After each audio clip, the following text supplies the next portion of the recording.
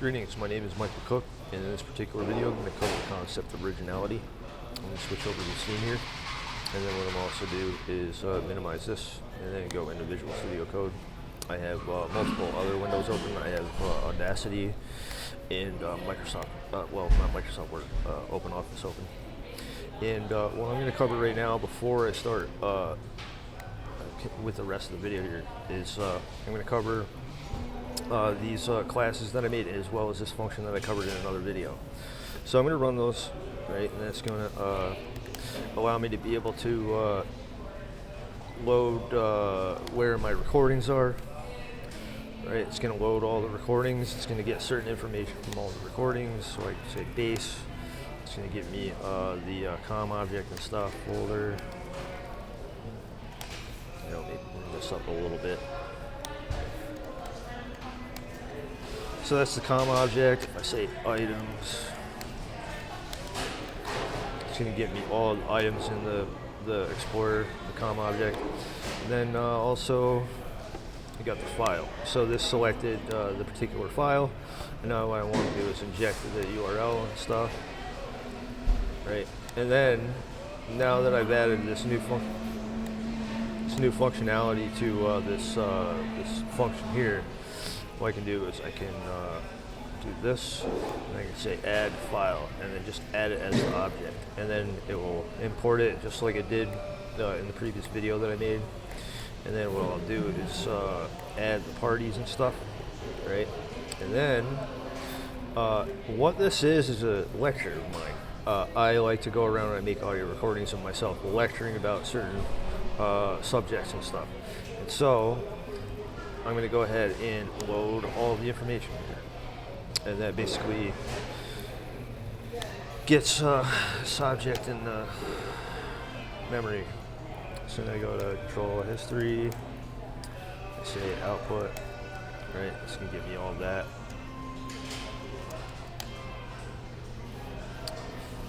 And so, as you can see, I've made a lot of comments, and it's going to change the position and everything. I'm going to say, finalize.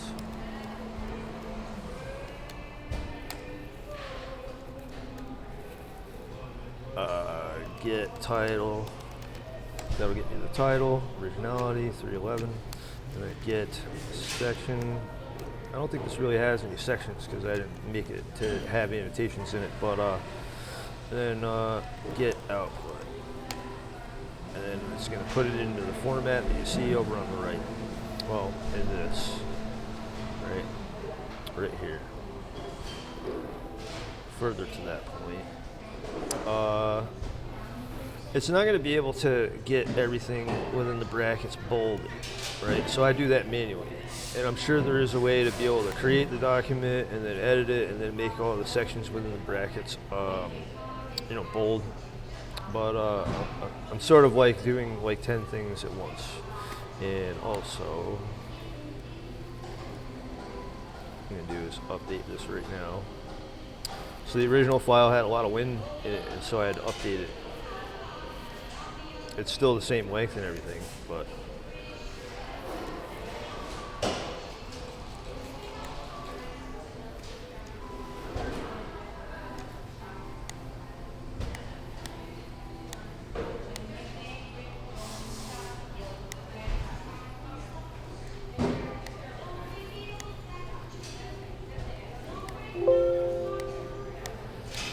okay, so I'll update those after the video is over. But what I'm going to do is I'm going to mute the microphone, and I'm going to play the audio recording, and then go through the transcription.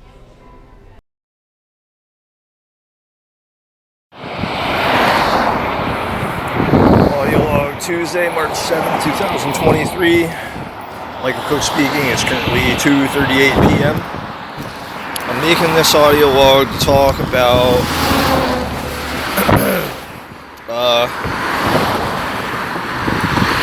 what it is, what the ideas that I choose to talk about, the topics of discussion and whatnot, and the amount of content that I could be creating if I could keep up with it. Alright, so The way I see it is like this. If I make an audio recording like this, and I want to make a video out of the audio recording that I made, well, I have to have a pretty good understanding of what it is that I want to talk about before I start making the audio recording, right? But then also, I have to transcribe it and then spend like time translating everything so that it, it meets a certain standard criteria or something to that effect, right? So like sometimes I'll realize that I'm rushing to do something, and rushing to do something is going to generate a rushed result.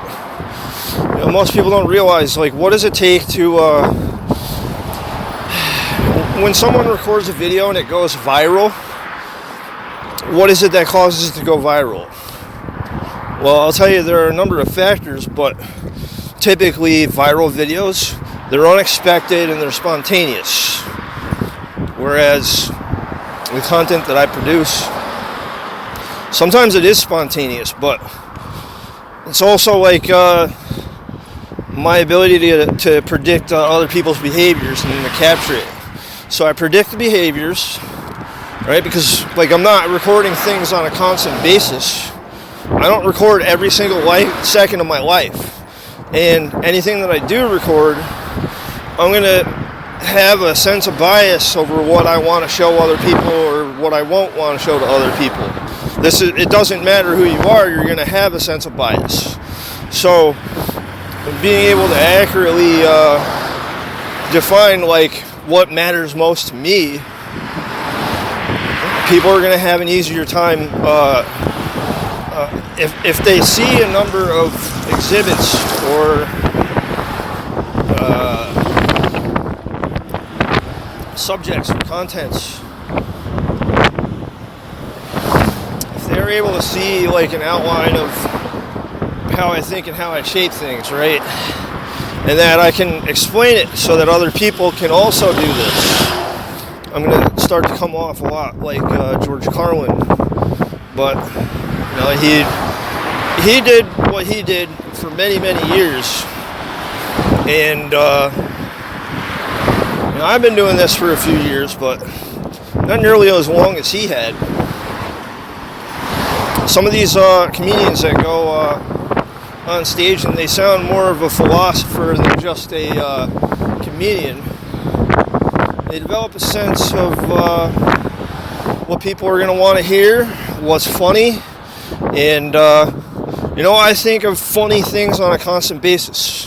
The thing is I have to like cherry pick the things that other people are going to understand and elaborate on them, and it's really not that easy because I have to work really hard to focus on the things that are worthy of attention. Because is someone going to want to see a video of me taking a poop? Probably not, right? I think everybody takes a poop. It's not going to be fun for anybody else to see me sitting on a toilet taking a poop or scrolling through like a news feed or something, right? The fact of the matter is that some people, they can make that entertaining. There's somebody taking a poop. Dude was taking a poop for the last 5 minutes, and it happens to be the coolest dude that ever lived. And the name of this whole scene or skit is the coolest man who ever lived, taking the coolest poop that anyone ever took. And, holy shit. Yeah, it's sort of windy right now. It's not that windy, but it's windy enough where I know that it's probably going to disrupt what I'm recording. So there are days where I struggle to stay on point and on task and whatnot, and it's been a few days since I've hunkered down and made a recording where it sounded productive and much less like, I don't know, like a mind dump. You know, not every one of my recordings is going to be all that well received. Right? That's like what I mean by the sense of bias, and everybody exhibiting it to some extent. Right? When a girl, like news anchor Julie Chapman from Spectrum One, Spectrum News One, or I don't remember exactly what the hell it's called, Spectrum News, right? She has been working at this place for like, I think like 15 years or so, right? Spectrum News starring Julie Chapman. Julie Chapman reporting to you. I'm Julie Chapman, and today we're going to talk about how Andrew Cuomo sexually harassed 11 of his aides, and a whole bunch of people just let it happen. And, you know, Andy Cuomo did have a really big involvement in, like, Spectrum News. Or not Spectrum News, but, like, I don't know, Spectrum in general. Spectrum used to be Time Warner Cable. And then at some point along the way, they decided to sell out. And, you know, from that point forward, it's just been kind of like a large conglomerate corporation of, like, I don't know. I really don't know how to describe it better than, like, it's basically the same thing as Comcast or, you know, Cox or, and I can't really think of all the others. Yeah, I'm not feeling all that super focused right now, but I am like sort of forcing myself to record this. The concepts that I wanted to talk about in the very beginning of the recording are the fact that I can create a lot of content, and even if I am gonna try to show or focus on my best work, I still get overwhelmed by the amount of content that occurs or I can record. Sometimes what'll happen is I'll record something and then I'll need a few days to like get all of the things in what I recorded like documented and then re-recorded with Rapper. And so like these are the things that I started to conceptualize ways of telling a story or retelling a story, or you know, these ideas, they're not intuitive.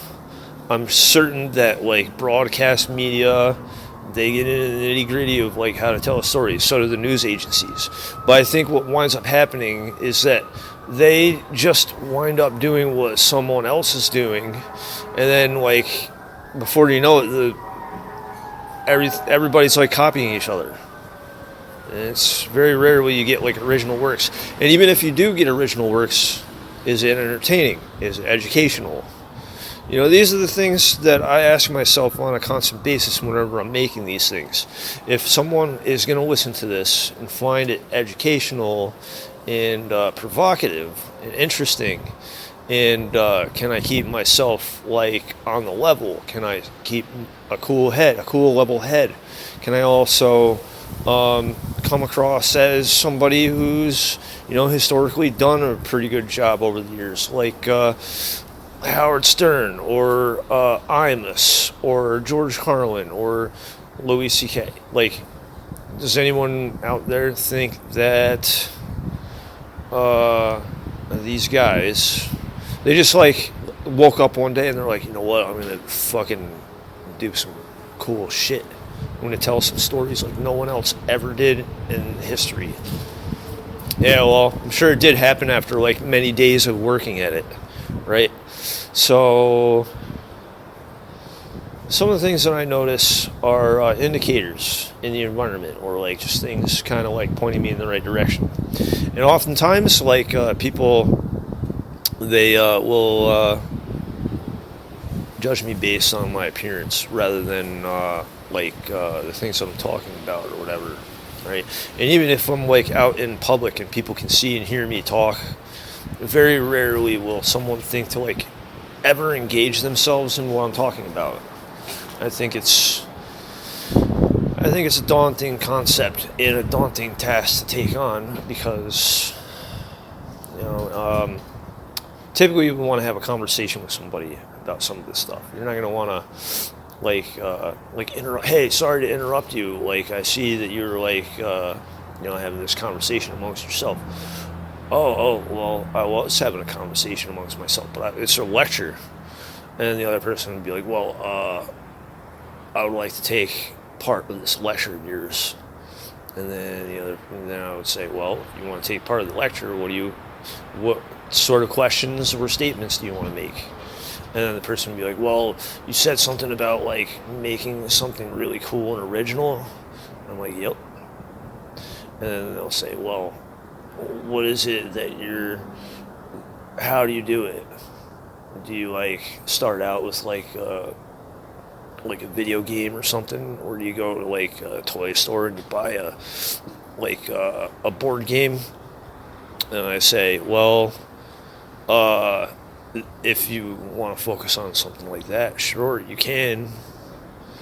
I guess really what it comes down to is, are you putting your own personality into something in order to tell other people about that game? Or are you doing something that someone else like expected and predicted that you would do and created everything along the way to be like manufacturing consent by Noam Chomsky? It's basically like you're manufacturing a whole bunch of things so that people think the way that you want them to, or they have opinions that you want them to have, or a shared opinion, and focus on the key details. Be very concise. Don't explain the whole entire story. You want to explain like portions of it, because we want people to think that like telling the whole story it's stupid, even though it's very interesting when someone decides to start telling a story in an interesting way. You tell an interesting story, you start to say things, and then people, they pay attention to the details. They're not going to gloss over the details or nothing like that. They're going to listen, they're going to pay attention, they're going to ask questions, and before you know it, you're going to get to the point where you start to develop bullet points, and then you talk about the bullet points and you expand upon each bullet point, and as long as you remember the bullet points and then you circle back, then you're able to keep the conversation and the discussion flowing. See, right now I'm sort of doing the same thing as freestyling, but because I've done this so often, I have an idea of how to explain my thought process. Other people, they're not going to have an understanding of how to do this unless they practice it. And I'm warming up. So it's not unlike when I would pick up a guitar, I'd start playing around on the neck, and then playing scales and stuff. Scales would be a great way to start out, but then like maybe I would start out with a song, and then I would start playing the song, and then after a while, people would be like, hey, you've been playing that song for a while and it's really loud. And I would say, yeah, I only play my music really loud. It's sort of like, I have to play it at the maximum volume. It's like, yeah, well, you got the volume all the way up. What do you got, up to 10? And I'd be like, no, I got it up to 11. I'd be like, I didn't know that an amplifier could go up to 11. And I would say, well, you've never seen Spinal Tap, have you? And it'd be like, no, I haven't seen Spinal Tap. What's that? And I would say, well, Spinal Tap, they say turn it up to 11 because it's louder than 10. And they'd be like, oh, well, that's dumb. A lot of people will actually say something like that. Well, that's dumb. 11 is like higher than 10, but the idea there is being original, right? Originality, I guess, maybe be a good way to put it. But, I'm sort of meandering into different topics and straying from the original reason I began to record this, which was to talk about the amount of content that I could produce. It's overwhelming. And then to be able to like translate it to I don't know, like a video or audio recording or whatever. Right, and sometimes I'll need a few attempts throughout a day to like get back into the rhythm, right? Sometimes I'll be like forcing myself to talk about whatever I can and trying to stick to a certain topic, which I'm doing right now, but that's mainly because I don't know, I'm in a different setting than I normally am, or I'm not very engaged in what I'm talking about, and the topic that I'm trying to talk about is pretty difficult. But allow me to resort to observations.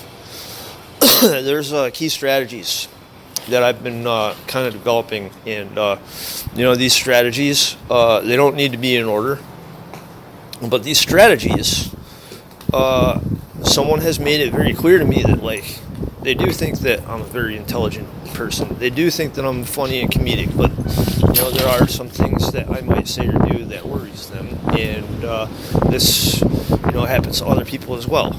And I think like generally speaking, like most people aren't as intelligent as I am, and I'm not saying that to insult people. I'm saying it because a lot of people that you'll run into in society, they're not going to like think about things in a deeper manner or the philosophical implications. So like a great way to showcase this specifically is, number one, seeing is believing, but appearances can be deceiving. And I wrote a document about Tropic Thunder a few days ago, or maybe last week. And when I wrote this document, I talked about the skit, the dudes are emerging. So in this skit, the dudes are emerging in the movie Tropic Thunder. What happens is Robert Downey Jr. plays this dude, Kirk Lazarus, and then he gets a skin pigmentation operation to play as Lincoln Osiris in the movie Tropic Thunder. And then, like, there's this disclaimer in the movie. It's like winning an Academy Award for telling the most true story about the fake true war story ever. The most fake true war story in existence. Tropic Thunder. And then they try to get like the whole Forrest Gump Vietnam vibe, when like Forrest Gump is like flying in on helicopters and he meets Lieutenant Dan, and it's like they're trying to get that feel into that movie, but it comes up a little bit short. But that's okay, because the movie is actually pretty funny. It's just I think that the part where the dudes are emerging is basically the climax of the film. So the dudes are emerging is basically when Robert Downey Jr., his character, he's like trying to rescue Ben Stiller's character, and he's like, I'm a dude playing a dude disguised as another dude. I know what dude I am. Or are you a dude that claims to know what duty is by playing other dudes? And then Jack Black, his character, he's like, what the fuck are you guys talking about? Because basically, like, the conversation that they're having, it sounds like they're both delusional. But the fact of the matter is the words are incredibly simple, and most people in society, they're going to hear something like that, they're just going to start laughing because it sounds ridiculous. But there's a reason why things that sound ridiculous are funny, and they cause people to laugh, right? So about a month or two ago, I went to this place and this guy started like talking like a nervous wreck. He's like worried about like juju spirits in the church or whatever. They used to sacrifice people here, and like they probably still. I don't know. Like he was saying a whole bunch of stuff that sounded like comedic, but the amount of it or the intensity of it caused everybody in the room to think, "Wow, this dude is like a nut job." Right. So there's a difference between like the pacing of how I talk right now in this recording. It's very grounded, and I would say that a few people are able to pull off speaking the way that I am right now, and it's all dynamic. It's all like off the cuff. It's not like I have a script to read from as I'm making these things. I'm literally like coming up with it all off the top of my head. And because of how often I practice this, sometimes I will get into a groove and a rhythm, like by forcing myself to do it. Right? Not like how like sometimes I would start to practice my guitar. And then I would keep practicing my guitar. I would get to a point where I was like warmed up and ready and continued to keep going, right? But then I would have to rely on differing strategies to continue playing the guitar. And what I'm doing right now isn't much different. But the strategy that I'm using right now, I'm using multiple strategies, but the main strategy that I'm using right now is improvisation. So there's a show called Whose Line Is It Anyway, starring like Colin Mockery, the other guy from the Drew Carey show. Drew Carey, sometimes he will act it out on the show. It's very rare though. And then Wayne Brady, and they've stuck with that for a while. They have some other guy that comes on every once in a while. A few other guys, but they have like their main crew of these guys that like seem to have improvisation down pat. Now, like the type of comedian that they are is basically stage acting and improvisation, but like a comedian like Louis C.K., he's going to have a skit prepared ahead of time, and he's going to talk about his observations, and he's going to inject some of like his perceptions. The same goes with like the other actors, the other comedians that I talk about a lot too. They're going to talk about like, Louis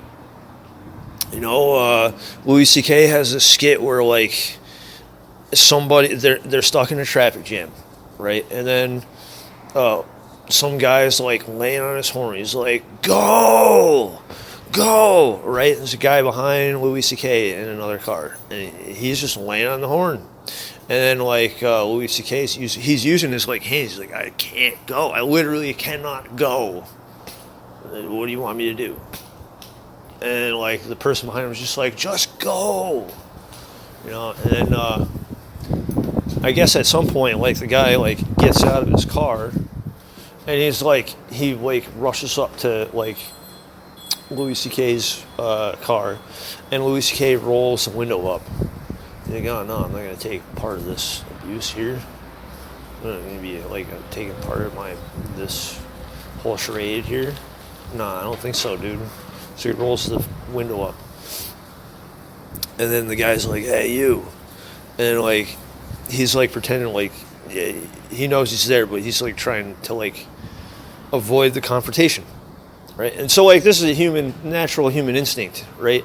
Where somebody's pissed off and like people, they're kind of like terrified or scared or something, or they just don't want to have a conversation with somebody. It's not a comfortable situation. So at some point he's like, you know what? I'm not going to have this guy's argument here. If I'm going to have an argument with him, I'm going to have my argument. He's like, I want my jacket back. And the guy's like, what jacket? He's like, I want it back now. Give me back my jacket. And then what this is distraction, right? It's a distraction because, like, when people are, like, distracted, it causes them to lose their footing or their balance, right? And, the wind right now is distracting me, and that's why I'm sort of confined to a certain area where I don't typically talk out loud. But, the distraction in that scene is, give me back my jacket. I want my jacket back. And it caused the dude that he was worried about having a conversation with to, like, lose his footing, sort of be like, what the hell? And so, like, the roles reverse. He's like, wow, this dude's, like, psycho or something. He's telling me he wants his jacket back? What the hell? And so, like, the dude that, like, originally got out of his car and started, like, getting pissed at Louis C.K., he's like, what the fuck is up with this dude? And, like, it works. It really does. It's something that people can use in real life for varying degree of things, right? I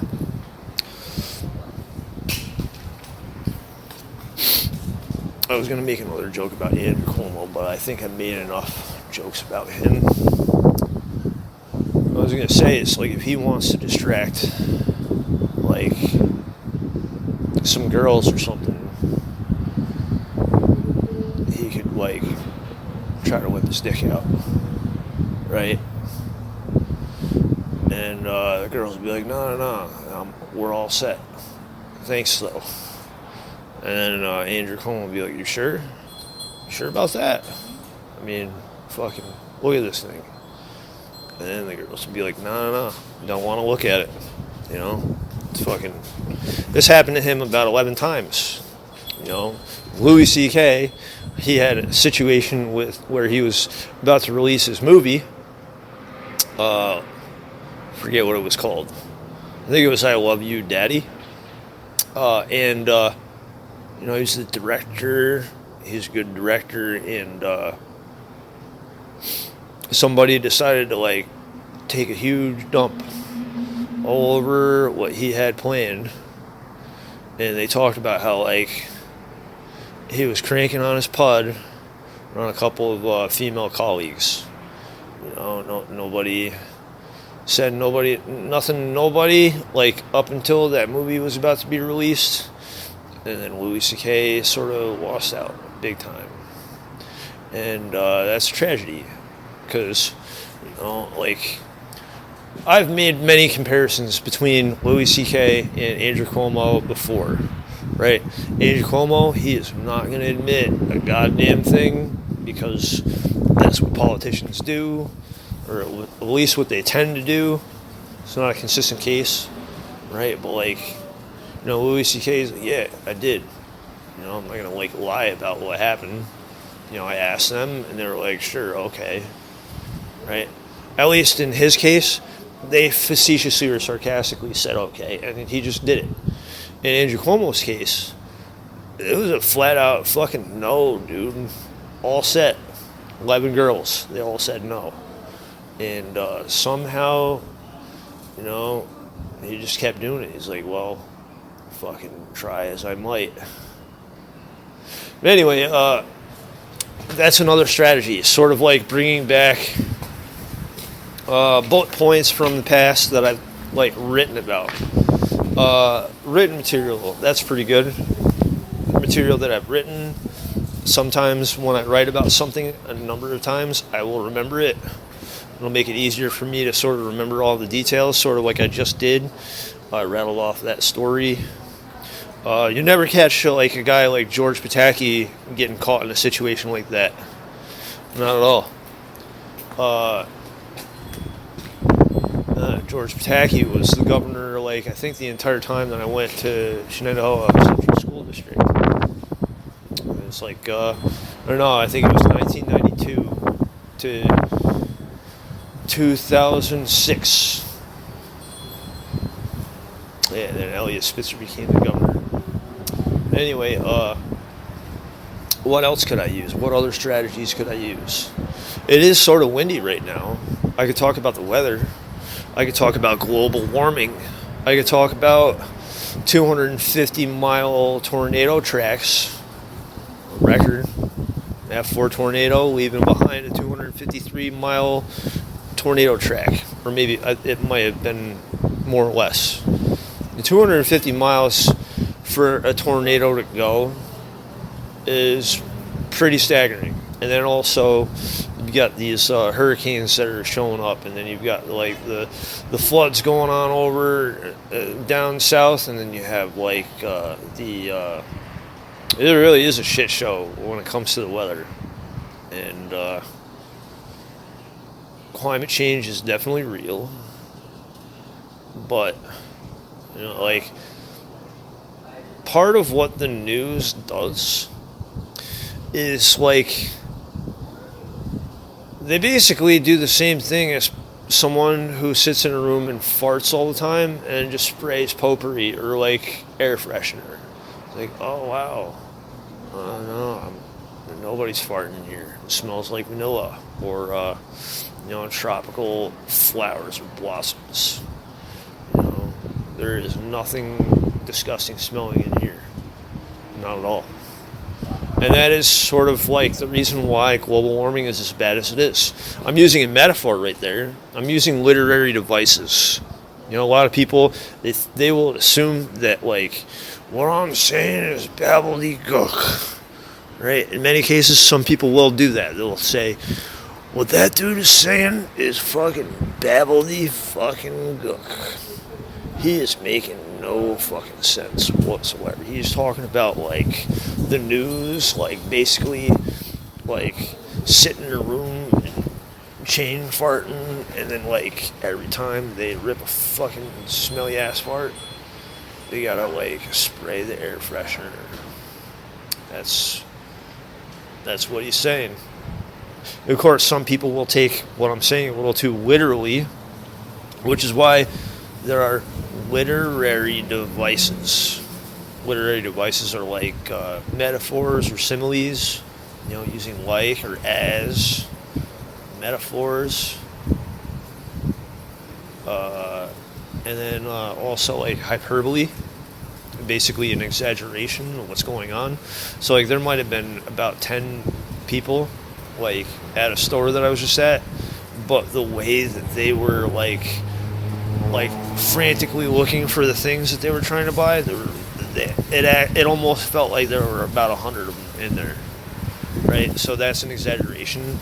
But then there's also, it works in the other way, where like Louis C.K. also, he says like most of the people in the world probably sucked a dick at some point. Like basically half the population sucks a dick, and then then there's like guys that are forced to suck a dick, right? And then there's got to be like 10 of us out there somewhere that have never sucked a dick before, right? And so like there's like 7.5 billion people on the planet, or maybe more or less. I can't remember the exact number, but it works in the other way where you're making sheer exaggeration. That's a hyperbole, but instead of making something sound more intense, you make it seem much more minuscule. And then it's the same technique, but typically when people say exaggerations, they're not thinking like turning 1 into 10. They're thinking 1 into 10, not like 10 into 1. Though that's not a consistent case.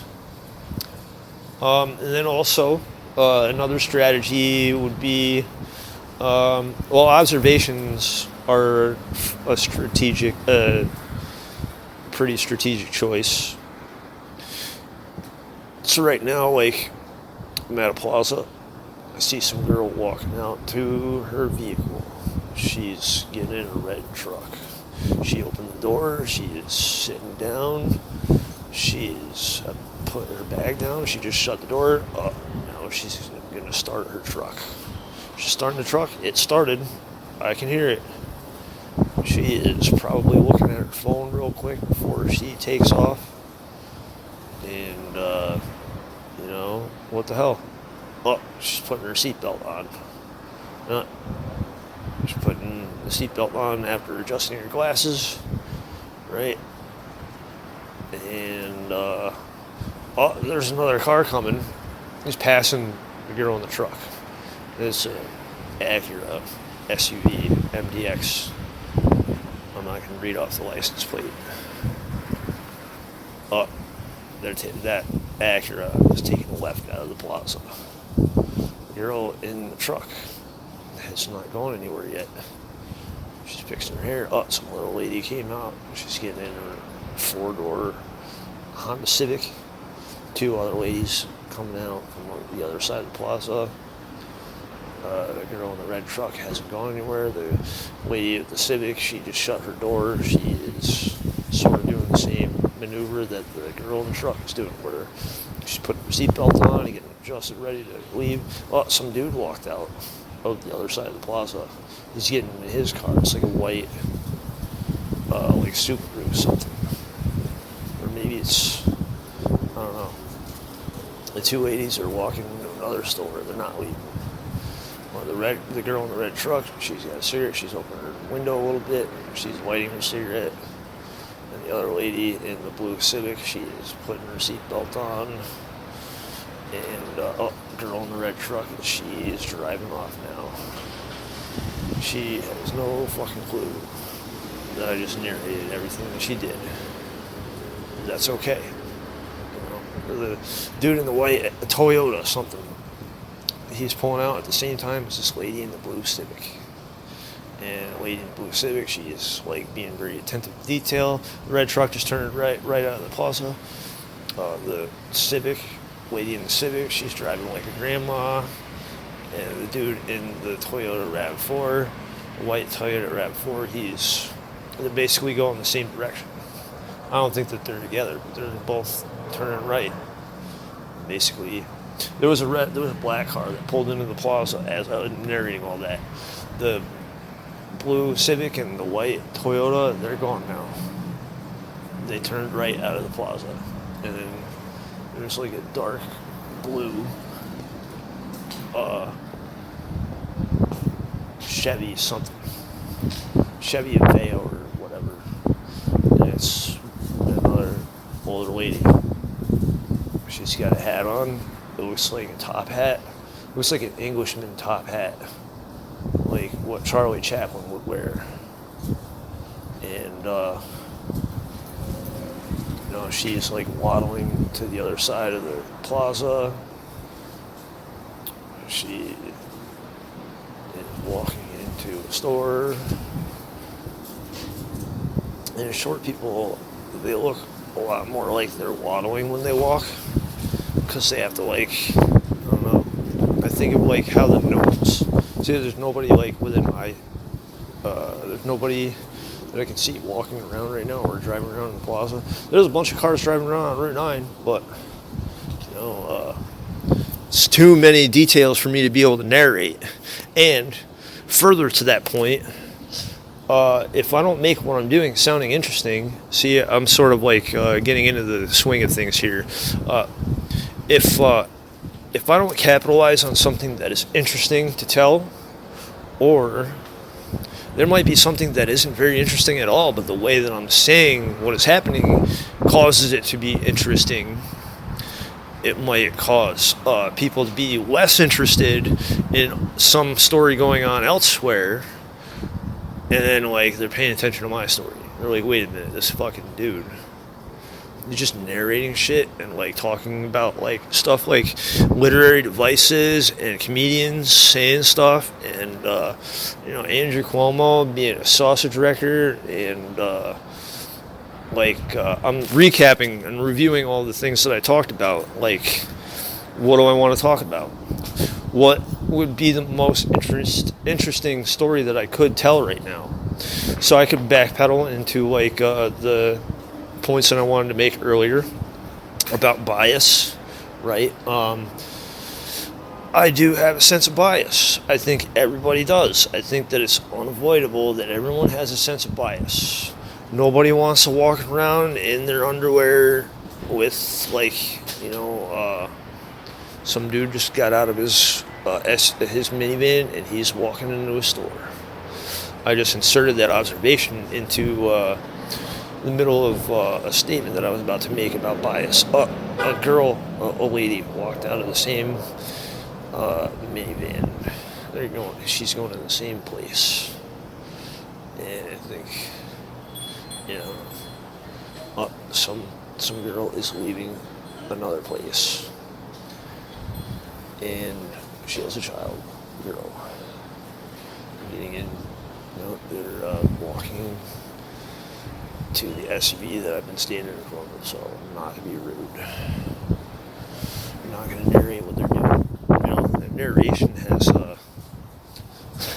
there is a bit of a rude aspect to like narrating what people are doing, right? So rather than be like openly or blatantly rude, take a step back, step behind the pylon, and then like kind of peer around the corner, almost like I'm trying to hide. Well, I am trying to hide while narrating what they're doing. Sense of bias. So like,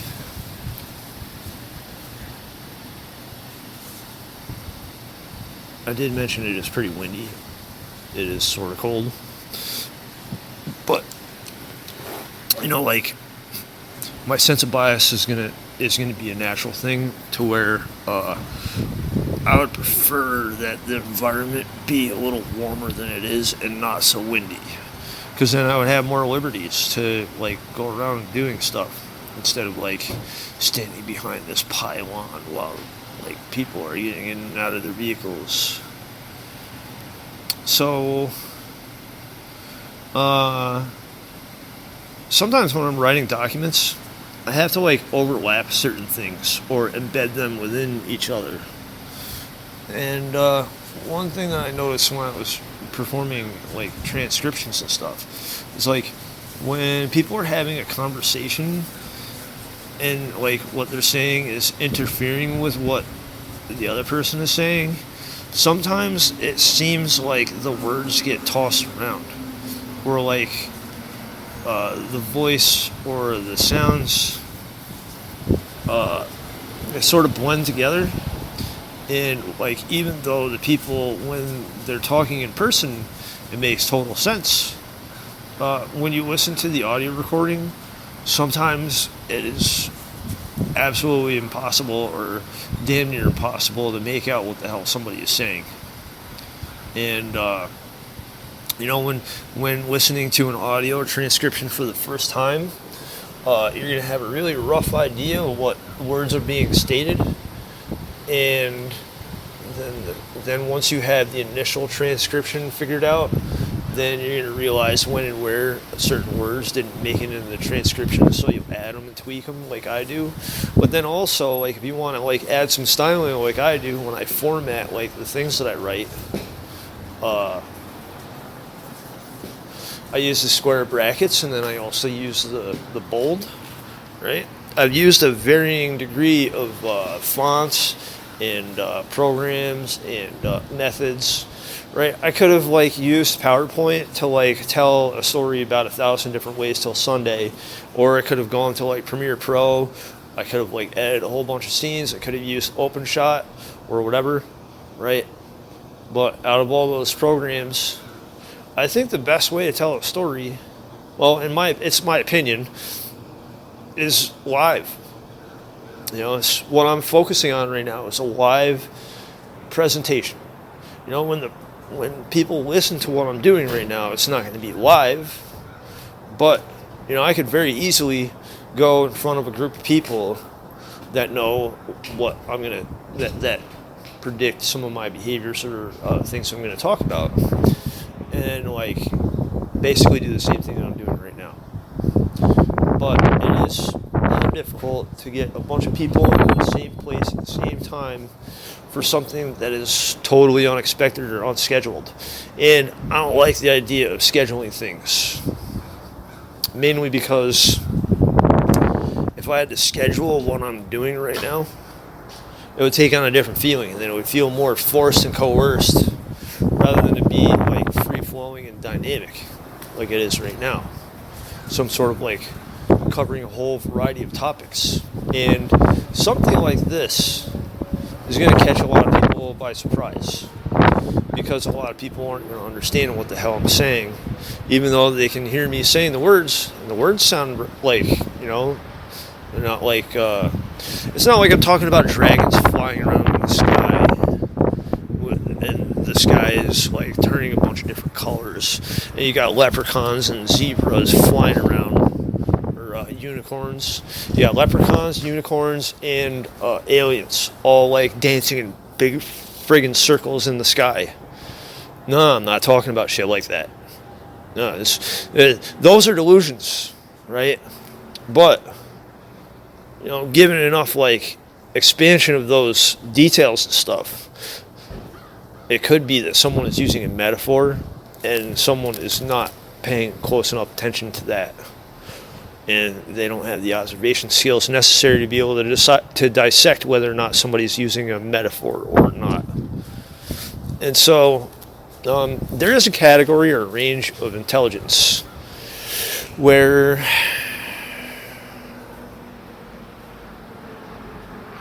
most people expect people in society to talk about things that they saw on TV or like a movie or a book or the news, right?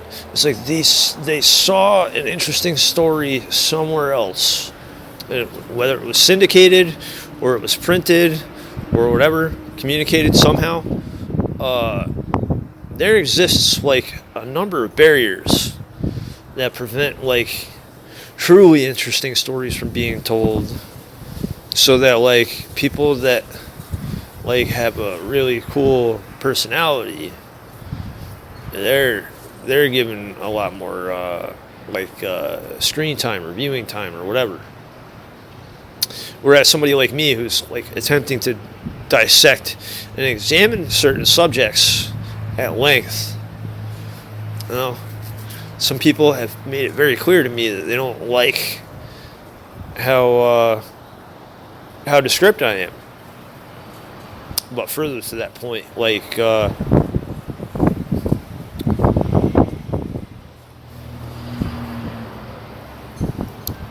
if I were to teach people how to talk the way that I've been talking and presenting myself, I would likely be somebody like a professor at a school. I've mentioned this numerous times before. What is it that made like George Carlin such a really powerful speaker? Was his writing. And writing is a very important skill to have if you're going to be presenting yourself like I do, or really even at all. But, do I think that like most reporters or TV anchors, do I think that they do their own writing? I don't know. I really don't think that they do. I think like they read a teleprompter and somebody prepared what goes into that teleprompter ahead of time, and they have an idea for like how much time they have, how long it's going to take for them to talk about the particular subject. So the teleprompter is only going to have a certain maximum word limit, and sometimes the anchors, they don't know how to pronounce certain words.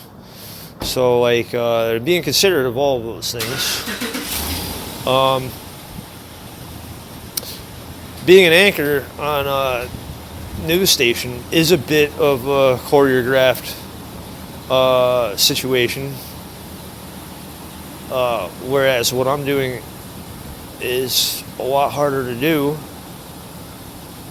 Without question, what I'm doing is a lot more difficult to do than what they do. But that doesn't mean that what they do isn't difficult, because it is. It has to be syncopated. It has to be in rhythm. It has to be short and to the point, because most people are going to have a hard time wrapping their heads around like a lot of rich content. But, that varies. Depends on what the content is.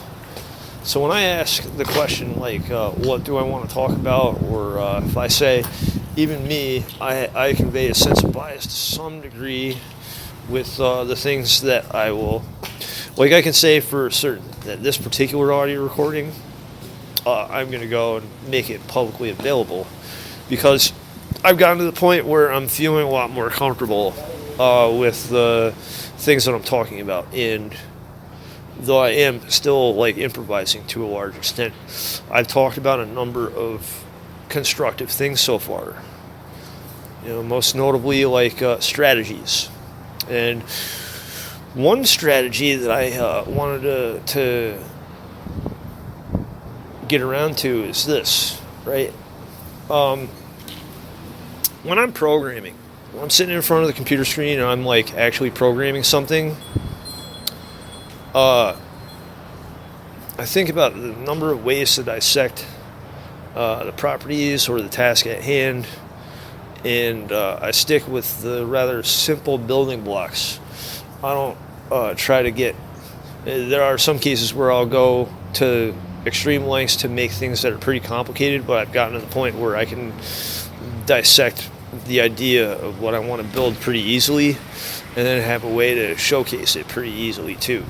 And then, like, you know, I've written a fair amount of programming already, so like I will know, okay, in the one function that I wrote, I did this. I'd like to copy and paste it, but I also want to like rebuild it from the ground up. And so that's what I'll do. I'll rebuild something from the ground up, and I'll just continue to go at the same thing that I did already, right? Not to the degree where like I'm spending like weeks or months building something, but to the degree where I'll start to refine the edges a little bit more, or I'll sand the edges down, and instead of it being like a harsh 90-degree corner right angle, it'll be a smooth beveled surface, you know, like a curve. So when I used to build maps for Quake 3 Arena, one relatively new concept was curves. So prior to Quake 3 Arena, in order to make curves, you had to like chisel out like brushes. And then, you know, if you wanted to make like a beveled surface, you'd have to like I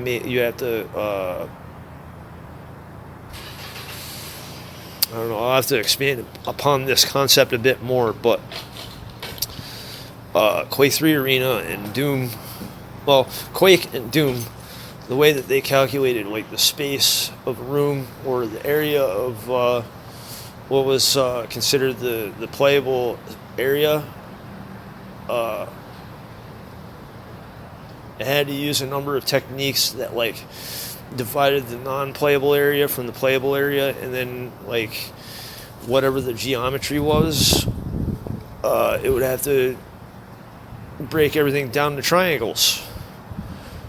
And when Quake 3 Arena came out, it took the idea of brushes and then it like inserted this idea of curves, to where the curves could be like generated by the hardware, and then it would be able to dynamically adjust whether the curve was complex or simple. And another term for this is basically the draw distance, right? So like if I'm like, let's compare it to real life, right? If I'm walking down the road and I see like the Golden Arches for McDonald's like 3 miles away down the road, well, chances are that I could get away with using some really cheap geometry to reflect that. You don't want it to look like awful, but you know, you're not anywhere near the Golden Arches to be able to determine whether that thing has like thousands of polygons or just like a handful. Whereas, you know, if you're like, you know, about like a quarter mile away from the Golden Arches, you're going to be able to see a lot more detail. And then once you get like about 10 feet to the damn sign, then you're going to see a hell of a lot more detail. And then you're probably not going to want to use thousands of triangles or polygons, but,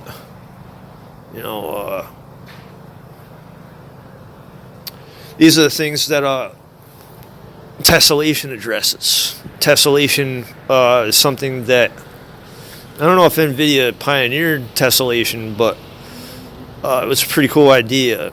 It was this graphics demonstration. I think it was Heaven. It might have been called something else. I can't remember exactly. But it's like you could turn the tessellation on, and the higher the tessellation, the more polygons it would draw. So like the programming for the game hadn't changed at all, but the level of detail was raised immensely. And that's what LOD stands for, is level of detail. LOD, bias, or distance, these are all like property or something terms, right? And running something through like a game engine, everything has properties, right? So like the game engine has to load a whole bunch of details, not unlike how when I start to play music, or I start to like rattle off one of these lectures, I'm talking about a whole bunch of like details. So asset management comes down to like documentation and recording myself and knowing how to present it and being able to make it consumable and making sure that people understand it, and things that seem rather simple and intuitive, like in the real world, you find out pretty quickly that even something as simple as what I'm doing right now, it isn't that simple. But further to that point, a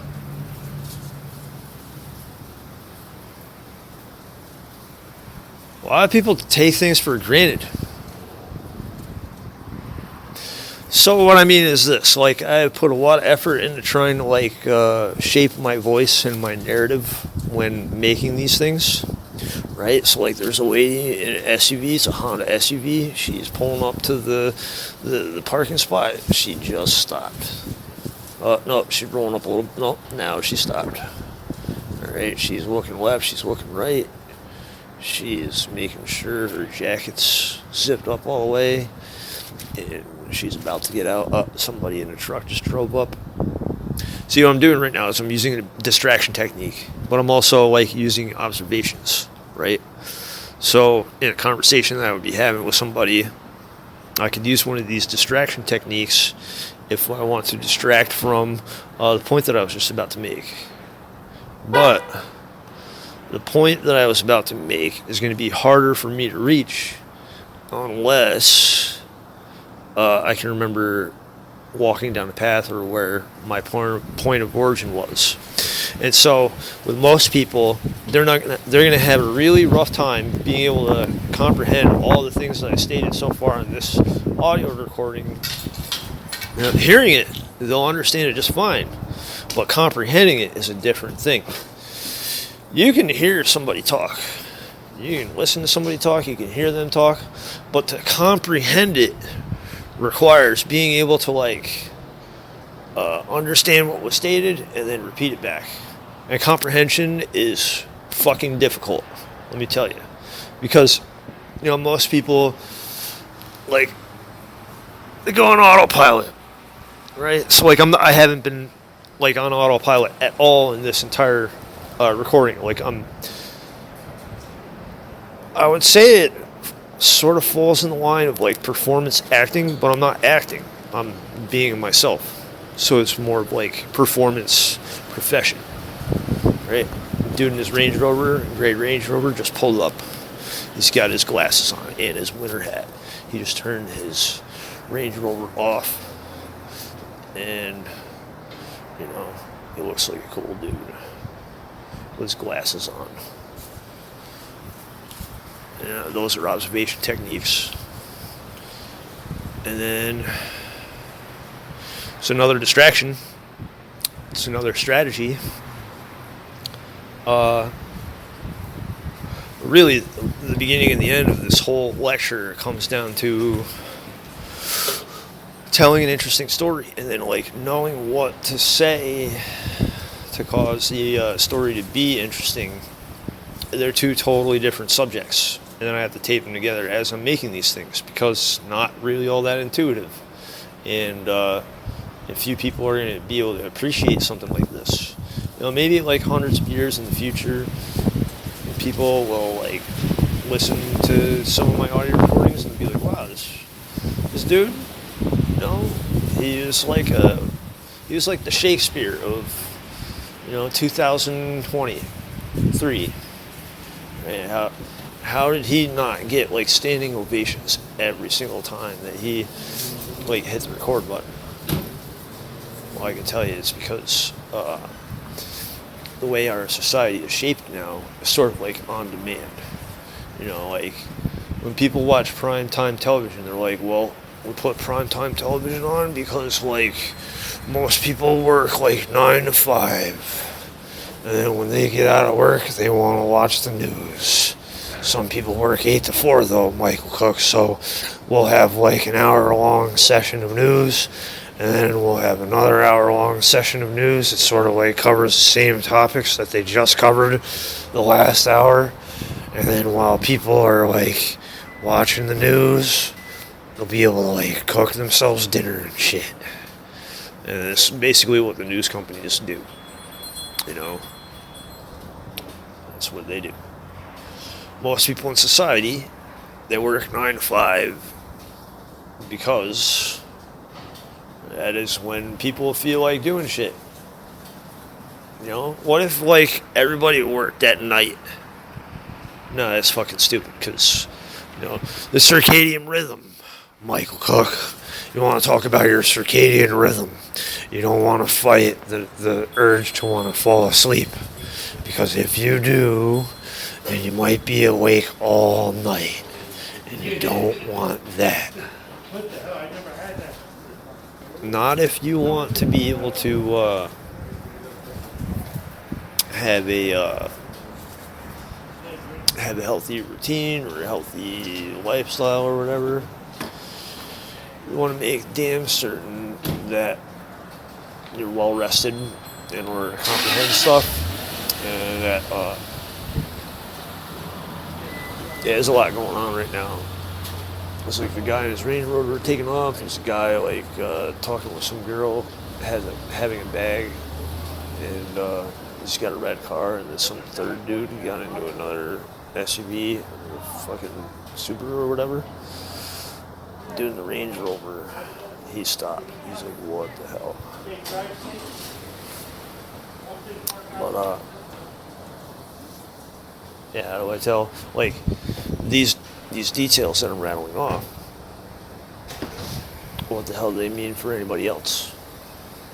And so like it all comes down to like the presentation, right? Presentation is something that few people are going to be able to appreciate because if they want to learn something from some of my observation skills, they're going to have a fun time doing it. They're going to like learn some cool shit, and then they're also going to like see some cool shit too. And they're going to be like, wow, that fucking Michael Cook dude worked really hard to like be a cut above the rest. But the problem is that like most people, they're not going to appreciate what I'm doing unless they know what the hell I'm trying to do. Whereas like somebody like George Carlin, he spent years doing this. I would imagine that like he probably had a tape recorder and then he listened to himself all the time. He's like, you know what, dude? I'm going to buy a tape and then record myself just talking about a whole bunch of shit that I wrote about. And then, at some point, he started to like get in front of people and talking about those things that he wrote about and recorded. And eventually things took off. But I gotta say, it probably took a lot of fucking work. Whereas like me go out on a limb here and say that guys like Bill Burr or Louis C.K., they probably too have done this same thing, right? And like, what the hell was it that caused Bill Burr to go from like being this relatively unknown person to like suddenly being like one of the best names in comedy? Well, I think his appearance on Breaking Bad was definitely helpful, right? Playing Kubi on Breaking Bad, it's like, wow, that dude that played the fucking Huel's like sidekick in Breaking Bad, he's a fucking comedian. Yeah, he's a fucking really good comedian too. Talks about smashing muffins and shit. Smashing the muffins, right? He asks himself the same sorts of questions that like Louis C.K. and George Carlin do. It's like, how many muffins could I destroy before anybody did anything about it? You know, if I destroy one muffin, will the lady like freak out and be like, what the hell did you do that for? And then like, you know, that's sort of a question that I asked myself. It was like interjecting in his joke and expanding upon it, or extending it, right? Well, I just destroyed one of your muffins, lady. And the lady would be like, well, what the fuck? Why would you do that? And I would be like, well, just to see what you would do. And so what I'm doing is I'm sort of like slowing down the whole scene in my head. It's making the whole situation seem rather unrealistic, but, you know, it's making it comedic. Slowing down a situation is a tactic that I have learned to use to describe the innate nature of something, right? So if you start having a conversation with this muffin lady, say, you know what, I destroyed one of your muffins because I just felt like it. I wanted to see what you would do. And the muffin lady would be like, well, that's rather rude of you. Do you know how long I take to make these fucking muffins, buddy? And then I would say, I don't know. How long do you take to make those muffins?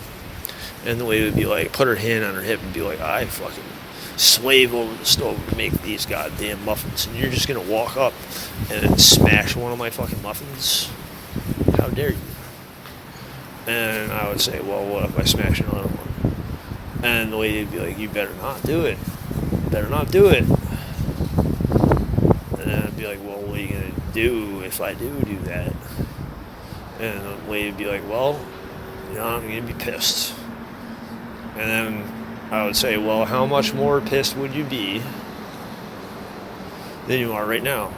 Twice as pissed? And they'd be like, well, I don't know. Maybe not twice as pissed. That would just still be like the same amount of pissed, but just slightly more. Right? So these things all touch on philosophy. Am I going to, like, you know, capitalize on a bit that Bill Burr did? Well, I have expanded upon, like, what made that skit as funny as it is, and just sort of like coalescing it into the same sort of conversation that Lincoln Osiris / Kirk Lazarus has with Tug Speedman in Tropic Thunder. He's just a dude playing a dude disguised as another dude. Well, or are you a dude that claims to know what duty is, or that does not know what duty is, but claims to know what duty is by playing other dudes? Because, you know, the reality is this, right? In programming, I'm going to tie all these things together here right now. In programming, you really have to deal with the concept of 0, 1, or more than 1. So if there's 0 something, then you're going to have no.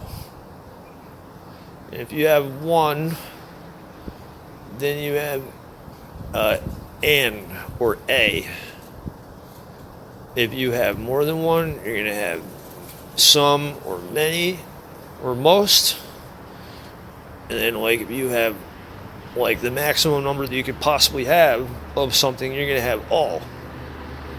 Right? So those terms right there illuminated a spectrum between like, defining the least amount of things that could be had, to the approximate or sensible amount of things that could be had or talked about, to the most amount of things that could be had or talked about or seen or observed.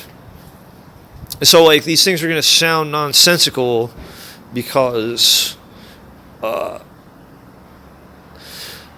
I'm literally throwing out a bunch of mathematical operators with language.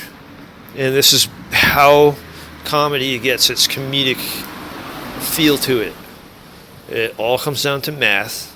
And generally speaking, a punchline or something that makes something funny is the amount of time that goes into it. Like 1, 2, skip a few, 99, 100.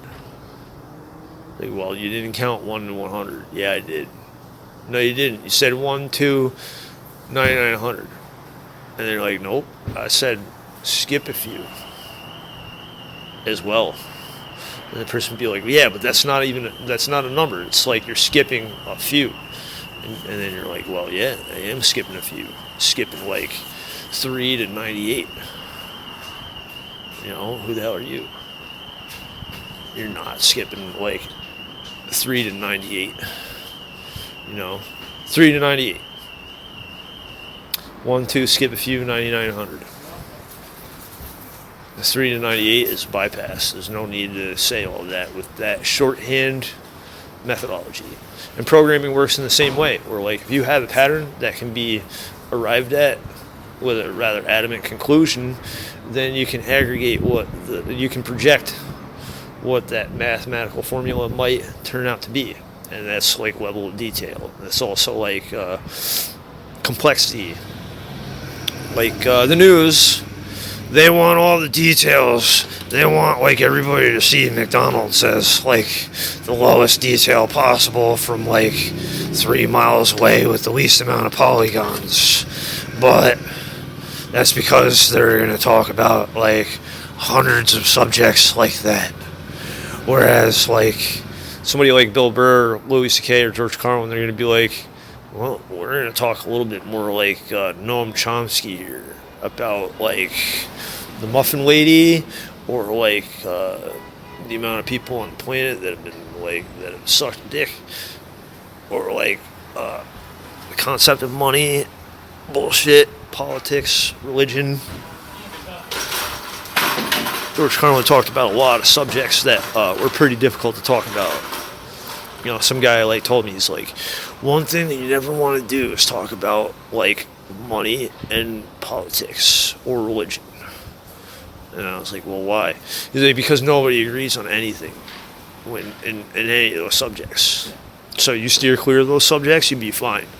But somebody like George Carlin, he's be like, you know what? I'm going to talk about money, religion, and politics in the same fucking joke, right? And he's like, oh, the fucking government, like. Now, I'm not going to recap any of the skits because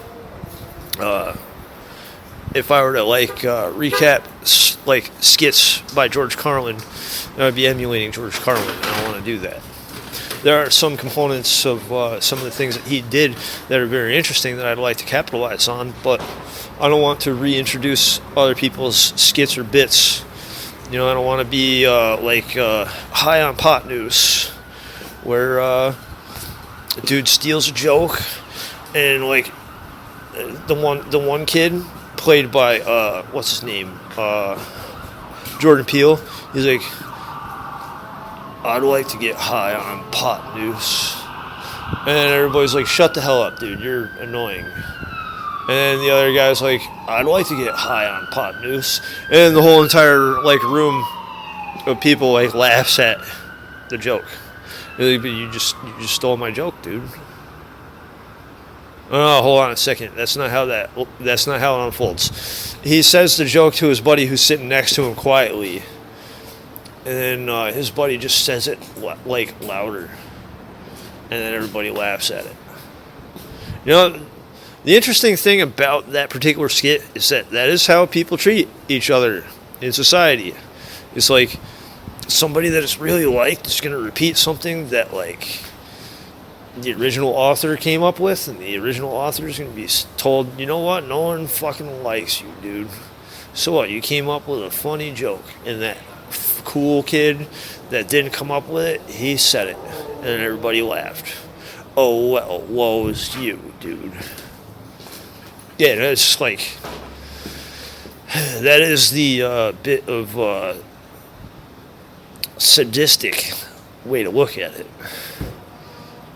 There's a lot of grotesque things that occur in humanity, but there's also a lot of really cool, awe-inspiring, awesome things.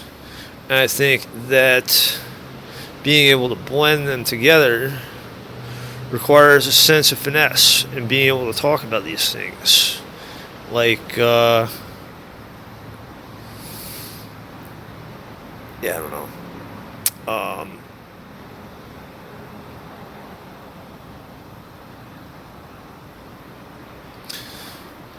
Being able to talk about these things requires a bit of practice in re-examination of everything that I said.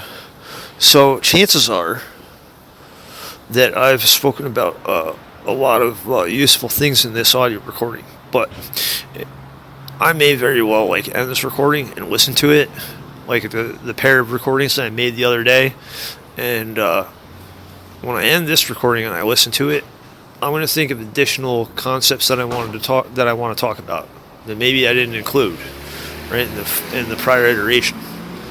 And this is important because if I want to talk about, if I want to make like a curriculum or teach people or make it seem interesting and comedic and let it flow on its own, right? Well, how would I go about doing that without like making a bunch of failed attempts first? And that's just it. And some people, like, they will fail so many times, but at some point, they eventually, they start to get it right, and they start to sprout their legs. And then their own sense of identity, their own uniqueness, their unique character, or their point or their view of the world is able to be capitalized on. And these are the things that George Carlin talked about. You know, he has an interview with, I think it was David Letterman. I'm not sure. But, you know, he's like, so, George Carlin. And George Carlin's like, hello, David Letterman, how you doing? And David Letterman's like, I don't know, dude. I'm doing all right, you know. You got this friggin' stand-up special or whatever. And then George Carlin's like, yeah, I got the stand-up special. I got it, you know. It's like I did 7 things that you don't want to talk about on the TV or that you'll never hear on the TV. And I did well with that skit, but, you know, I spent a while thinking about some other stuff. I wanted to, like, capitalize on some other subjects that were harder to talk about, like money, religion, and politics. And, oh boy, what the hell is it? Brain droppings. That's when he comes up with brain droppings. You know, brain droppings wasn't the thing that they were talking about, but, you know, like, you know, I am sort of like skipping around in like George Carlin's like history of being a comedian and stuff, right? He's like, it's bad for you, or brain droppings, or 7 words that you'll never hear on the fucking TV. Nah. And now you'll hear like at least 5 of those words on the TV. You might not hear all 7, but you'll hear 5 of them. You know, like in the show Breaking Bad, you know, on like AMC, the FCC allowed these shows to have 1 F-bomb per season.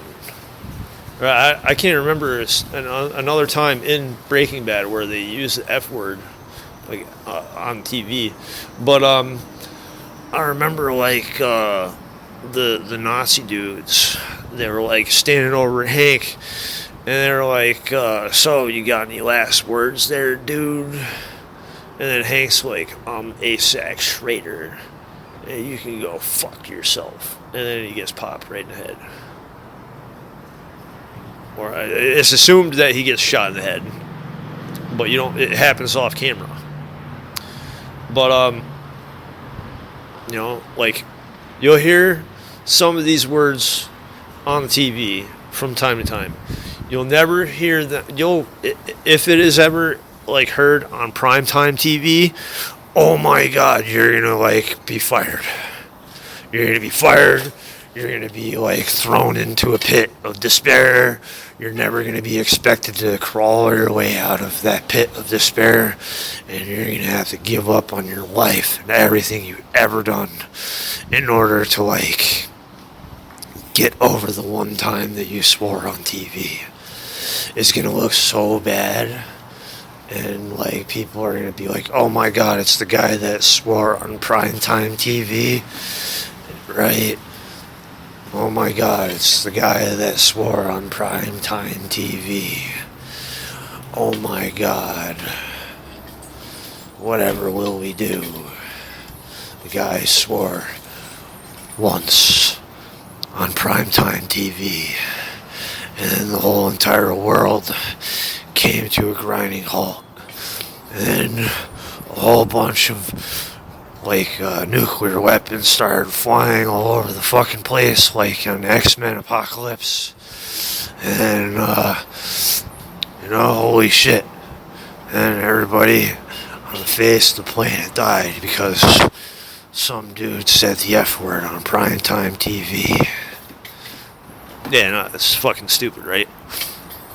Nobody's gonna die by saying the F word. But, the media, they like to make it appear as if like they actually issue these fines for like swearing on TV or whatever, or maybe they do actually fine the people or whatever.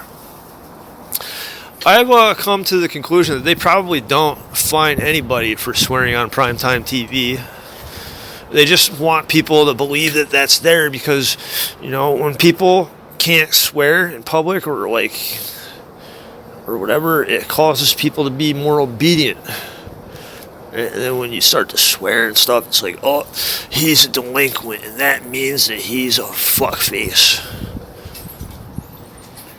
Yep. It's a bit of a,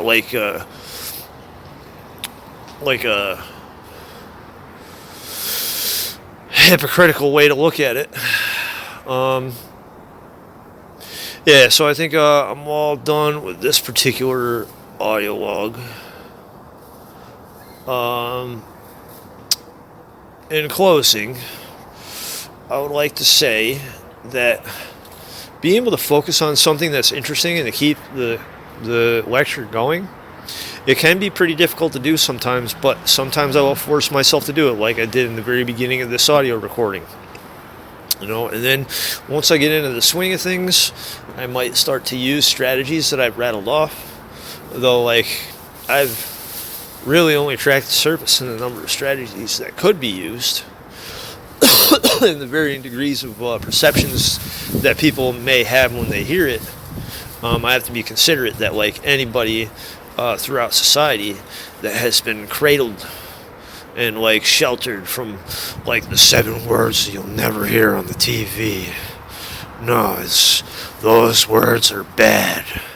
If you say those words, you're going to be branded as a douchebag right off the rip. You're not going to be allowed to anybody's birthday party. And then after people stop inviting you to their birthday parties, then people are going to say, oh, there's that dude that we don't invite to our birthday parties anymore. What a douchebag. And then eventually people will be like, hey, do you remember that dude that we stopped inviting to our birthday parties because he swore that one time out loud in front of a bunch of people? And they'd be like, yeah, I remember that guy. And they'd be like, well, that guy has his own stand-up special and he's really famous now. How the hell did that happen?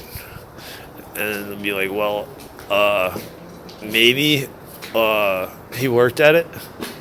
And then they'll be like, yeah, he did work at it, didn't he? So, like, guys like Free Beer and Hot Wings. Free Beer and Hot Wings. I've talked about them before. Even they will struggle to keep up with me in these audio recordings. You want to know why? Because they have to watch their language. And further to that point, they have like a team of people that help them talk about stuff. Howard Stern also has like a team of people that help him talk about stuff. Joe Rogan also has a team of people that help him talk about stuff. Though, to be perfectly clear, they have this down to a science, and they have those people there for a reason, to keep the conversation flowing, moving, and not so tangential, right? Comparing me to any of the people that I just rattled off, including like even Imus, or Louis C.K., or George Carlin, or Bill Burr, or professors like Robert Sapolsky, or Jordan Peterson, or Jeremy Rifkin, right? A lot of I'm really like chiseling out like a pretty large array of smart bastards that seem to have this gift of gab, but there's more to it than just a gift of gab. They have material that they want to talk about and discuss, and I can guarantee you that every single one of the people that I rattled off, they have written a whole bunch of shit. And if they don't continue to write stuff, they will talk about it with people, and someone else will write it, and then they'll, I don't know. It's like,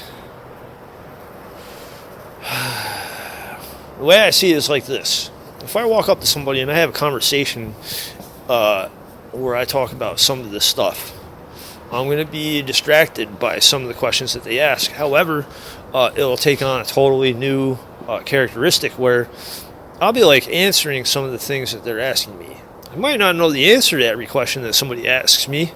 I don't think anybody really does. But sometimes people that have no fucking clue how to answer certain questions, like, they will bullshit people. They'll be like, well, like Tucker Carlson does from Fox News. Like, I saw something today where it says Tucker Carlson investigates. What the hell does Tucker Carlson investigate? He doesn't investigate a goddamn thing. I'm pretty sure that like he has written his own shit. I'm pretty sure that like he is not an idiot. But make direct comparisons between some of the things that I talk about and what Tucker Carlson talks about, and Sean Hannity. And what you'll find is that, like, I'm not gonna say it. I'm not gonna introduce my opinion to them and try to make comparisons between myself and these two guys on Fox News. What I can say for certain is that, like, I really don't know how the hell they managed to get where they are. With John Oliver, it makes a hell of a lot of sense how he got to where he is. I don't think he walked around and talked about the same subjects that I do, but I do think that like he was rather comedic and very thought-provoking about the things that he felt like showcasing. And, it started with the Today Show. Back on Saturday Night Live, back when Adam Sandler was a regular cast member, he's like, you know what, dude? And then Jon Stewart was like, what, Adam Sandler? And then Adam Sandler's like, we're going to talk about the fucking news today. And then Jon Stewart was like, oh, really? We're going to talk about the fucking news? And then Adam Sandler's like, yep, we're going to fucking talk about the goddamn news. And before you know it, like, they're talking, not only are they talking about the news, but they're like, like saying, some dude did this, and holy shit, everybody is just amazed by it, aren't they? And then they would, I can't really remember like that far back with the Today Show, but eventually Jon Stewart was like, we could really make something out of this. And then Jon Stewart was like, you know what I'm going to fucking do? And then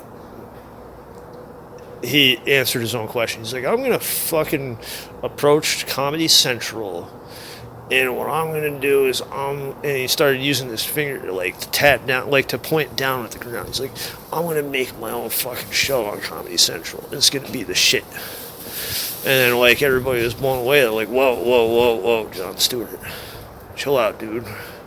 Don't need to fucking like, you know, act like Tarzan all of a sudden. And Jon Stewart would be like, no, I'm not acting like fucking Tarzan. Nah, there's some real newsworthy shit going on this fucking mock news channel show. And then people were like, whoa, you're right there. And then like Jon Stewart started this whole like expedition into like sort of mocking the news, not unlike how Jay Leno would do sometimes, or David Letterman, and what's his name? What the hell is the guy on TBS? I can't remember his goddamn name. Oh my god. Conan O'Brien? Yeah, Conan O'Brien. That's it. You know, I can't believe I forgot his name for a second. But these guys, like, they're casual talkers. They're not going to, like, come out with bits that are controversial like I do. Because controversial stuff is very scary to talk about in public if you're expecting people to like you. But, you know, I'm trying to make comparisons between, like, the varying people that I've rattled off. Jon Stewart gave guys like John Oliver, Samantha Bee, and I don't think Trevor Noah was on the show all that early, but maybe he was. There's a bunch of other people that have been on the Daily Show, right? And like Stephen Colbert, I think he was on the Daily Show, and then he got his own show, the Colbert Report. And then you would have, like, fucking Jon Stewart for, like, a while. And then you'd have Stephen Colbert. And then they'd be, like, doing the fist bump between commercials and shit. And be like, yo, take it from here, Stephen Colbert. And then Stephen Colbert would come out with this fucking American dream and be like, you know what, dude?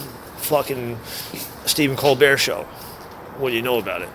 Have his hands outstretched and be like, you know, I'm goddamn Stephen fucking Colbert.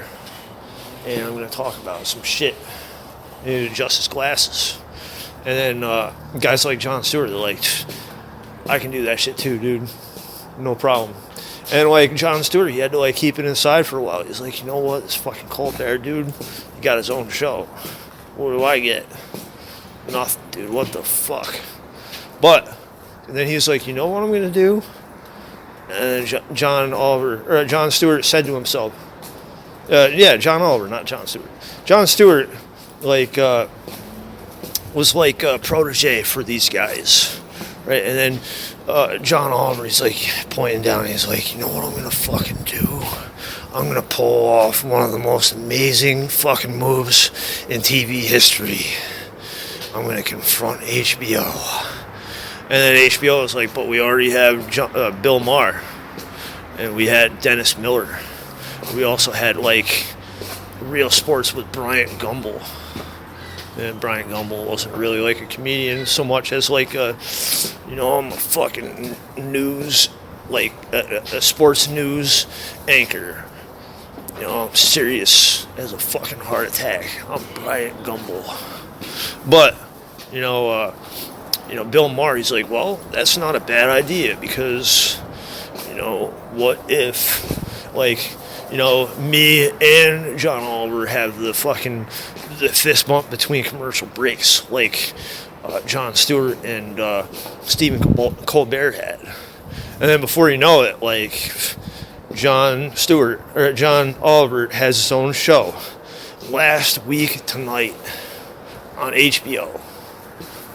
And from that point forward, John Oliver took things to a totally new level because he had a lot more freedom with what he could say.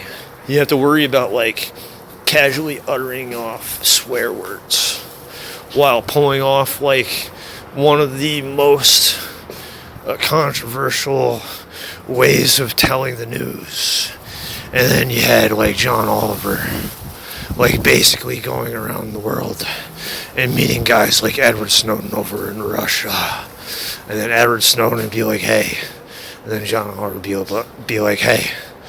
And then they would say, you know, like, what is it that caused you to want to leak all of those documents from the National Security Agency? Because, you know, that was a very ballsy move, Edward Snowden. And then Edward Snowden, he's like, well, you know, like, I saw you, like, you know, on the Today Show, and I saw you struggling to make a name for yourself. And John Oliver, he's like listening to like his life story being told by Edward Snowden. And then Edward Snowden's like, and what I realized was that our freedoms in jeopardy, our freedoms and constitutional liberties and rights, they were in jeopardy.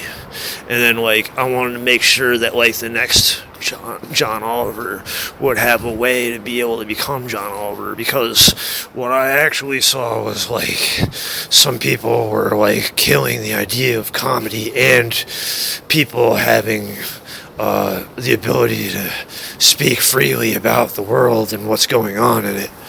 You know, like this whole situation with Julian Assange being in prison over what happened with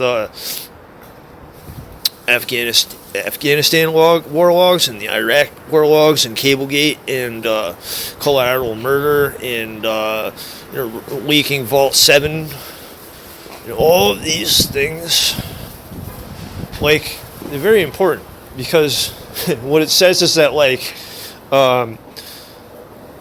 people like John Oliver are going to be, the reason why they are so rare is because of how hard people work against the idea of comedy, or ridiculing like people in charge, or people that have a lot of money, or people that have a lot of credibility, and then they get their dick sucked by women like Monica Lewinsky, and then they say, I had never had sexual relations with that woman, and then like people are like, wow, the fucking president like avoided being impeached for like lying to people, and like, you know, his wife will later be able to get away with like leaking classified documents, and then Julian Assange will get 175 years in prison for basically doing something very similar to what Edward Snowden did, right? So I'll tell you, here's what it all comes down to, is this. You know, bravery changes from perspective to perspective, but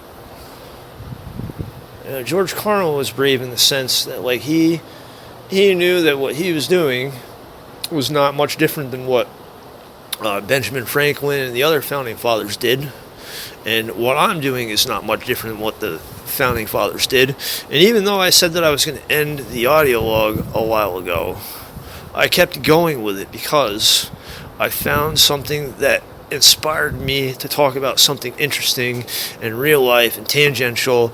I've covered a number of subjects. I've covered a number of people. I've also recalled a bunch of ideas that I've had. And, you know, where I am standing right now is where tailgaters used to be. It's not tailgaters anymore. It's Saigon Spring. It's a Vietnamese restaurant. Back in like 2008, and I think 2012, me and my friends like were at this bar, and we just had a lot of fun watching the Giants beat the New England Patriots. And you know, that was like, I don't know, like fucking 10 years ago, 10 to 15 years ago. You know, a lot has changed in the last 10 to 15 years, but what I can say is that over the last 10 to 15 years, it went from like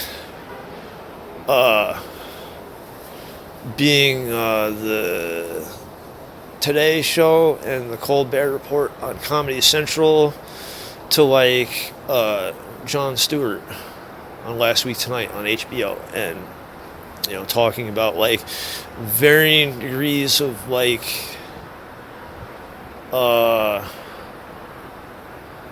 atrocities unfolding. And like it all boiled, like simply put, basically every single story, or seemingly every single story that John Oliver talks about on Last Week Tonight has to do with some people doing some real evil shit. And a lot of times it boils right down to money. But, what causes it to be such an evil thing is the fact that a lot of people just continue to let the shit happen, and they like think that it's normal, right? So like wrongful convictions and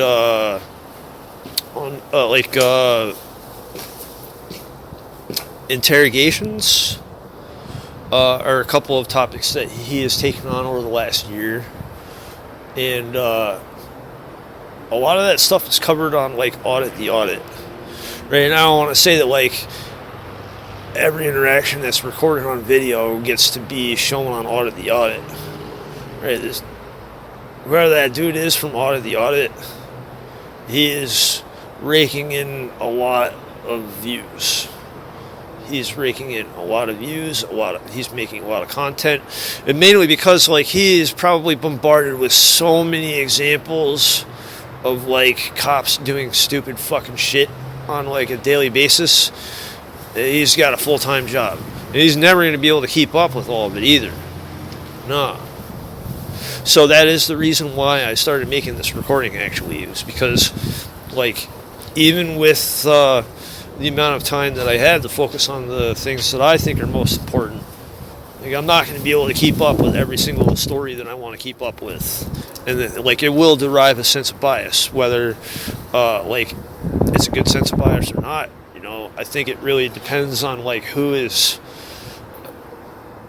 able to make that judgment or whatever, right?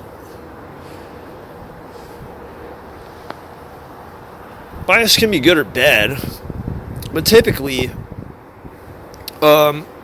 when bias is the same, like resorts to like prejudice, or resorts to I don't know, slavery or discrimination, or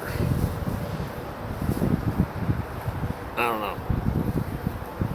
I really am kind of reaching for something to close this out now, because I sort of lost my pacing. But consider this.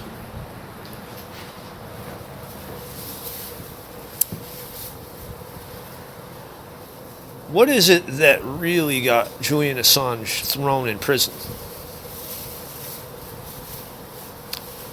Well, I will tell you. I think that what really got Julian Assange thrown in prison are a bunch of fucking morons that have control of society.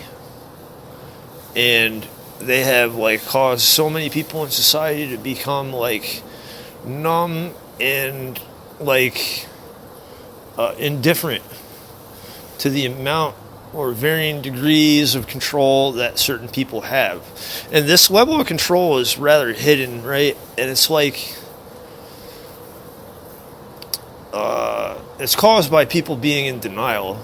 But further to that point, it's also caused by like there's people like expecting things to be like the same thing as they were. So like take this into consideration. A lot of people, they go and they watch movies at the movie theater and stuff, right? And then they'll see like a brand new movie. They'll be like, oh, that movie is really cool. Like when I saw this fucking like Batman movie like last month or whatever. Christopher Nolan's Batman movies were awesome. And I think it's going to be really difficult to pull off a convincing upgrade over those films. And the reason being is because Christopher Nolan is a fucking great director. He was great with Interstellar, he was great with Inception, and I'm pretty sure that the dude wrote a lot. And like, James Cameron is also like a really good director. For what it's worth, like the guys at Marvel that take inspiration from Stan Lee.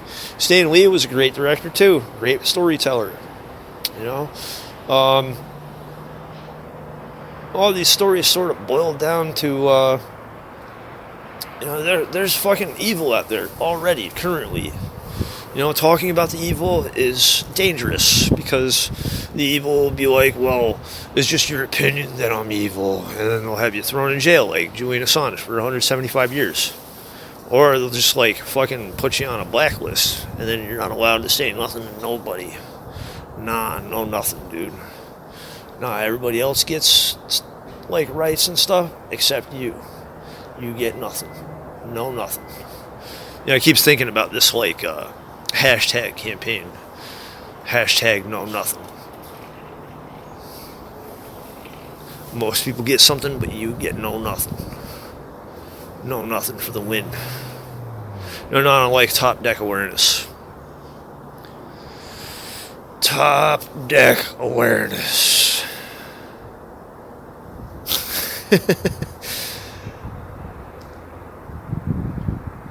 And log.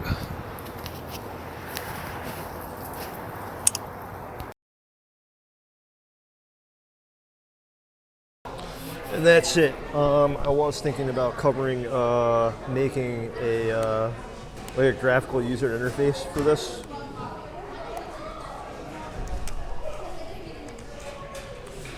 So like, I'm gonna have to work on that actually, and then demonstrate that in another video. But so before I close this out,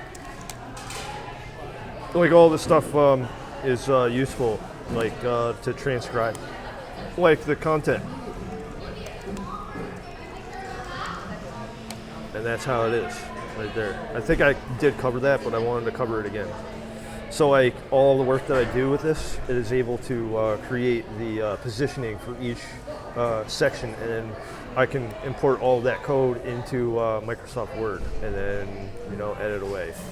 Now I'm probably not going to want to like leave the document with like as this before I export it. So I will edit this document a little bit more before I upload it to my GitHub project, which let me open that up. Well, that's about time then. Typically, I'll put documents in this folder. I'm starting to use a new format where I'll use the date, and then I'll have a markdown and like a whole bunch of stuff with it. And it's stuff that I can feature in additional videos from here forward. Like, how do I make a markdown file? Can I make a program that makes the markdown file? Does each markdown file, is it going to have like every single component that I want? Like, is a video going to have a video and audio? Is it going to have a transcription? Is it going to have a document and a script and links and annotations? Probably not. But being able to figure out like how to like format stuff like to go into my GitHub project, which it started out as like being tailored for like the Microsoft Deployment Toolkit and then like Windows deployment services, but now I'm sort of taking on like additional roles and then incorporating it into this project, which at some point some of my writing stuff will probably be in its own project, but for the time being it's going to be all a part of the same thing that I've been working on over the last 4 years, right? There's the last video that I did covering the installation utility, but I have updated that since then, and I've talked about that in previous recordings. But anyway, that's going to be it for my recording today. Hope you enjoyed what you saw. Feel free to like, comment, or subscribe, and thanks for watching.